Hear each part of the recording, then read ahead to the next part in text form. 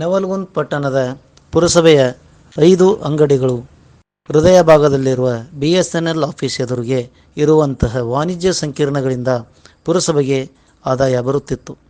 ಆದರೆ ಪುರಸಭೆ ಆಡಳಿತ ಅಧಿಕಾರಿಗಳು ಮಾತ್ರ ಯಾವುದೇ ರೀತಿ ಯೋಜನೆಯನ್ನು ರೂಪಿಸದೆ ಕಣ್ಮುಚ್ಚಿ ಕುಳಿತುಕೊಂಡಿದೆ. ಹೈಟೆಕ್ ಮಾರುಕಟ್ಟೆ ಮಾಡುವುದಾಗಿ ಇದ್ದ ವಾಣಿಜ್ಯ ಸಂಕೀರ್ಣಗಳನ್ನು ನೆಲಸಮ ಮಾಡಿ ಈಗ ಯಾರಿಗೂ ಉಪಯೋಗಕ್ಕೆ ಬಾರದಂತೆ ಆಗಿದೆ.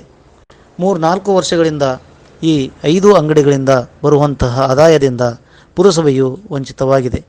ಮುಂದಾಲೋಚನೆ ಇಲ್ಲದೆ ಪುರಸಭೆ ವಾಣಿಜ್ಯ ಸಂಕೀರ್ಣಗಳನ್ನು ನೆಲಸಮ ಮಾಡಿದರೂ ಆದರೆ ಈ ಸ್ಥಳದಲ್ಲಿ ಯಾವುದೇ ಹೈಟೆಕ್ ಮಾರುಕಟ್ಟೆ ಮಾತ್ರ ಆಗಲಿಲ್ಲ. ಆದರೆ ಇದ್ದ ಜಾಗೆ ಮಾತ್ರ ಮಲಮೂತ್ರ ವಿಸರ್ಜನೆ ಜಾಗೆಯಾಗಿ ಪರಿವರ್ತನೆಯಾಗಿದೆ.